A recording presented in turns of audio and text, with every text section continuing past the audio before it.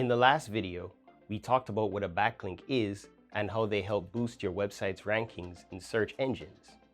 Now, we're going to talk about 3 safe and effective methods to build quality backlinks to your website. Number 1, guest blogs. A guest blog is an article or blog post that you write for a website in a similar niche to your company. This in turn gives you a backlink, which can be a quality one depending on the site hosting your post. It's important that when using this method to build a professional relationship with the website owner. That way, you always have a place ready to go for your content. Number 2, a press release. Press release is another method of acquiring links to your website. For example, you want to celebrate 10 years in business.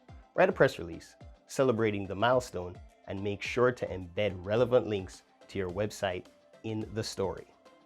The press release then gets picked up by various news outlets. Depending on the news outlet, you can get a high quality backlink.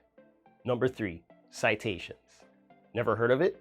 A citation is an online mention of your business name, address, and phone number.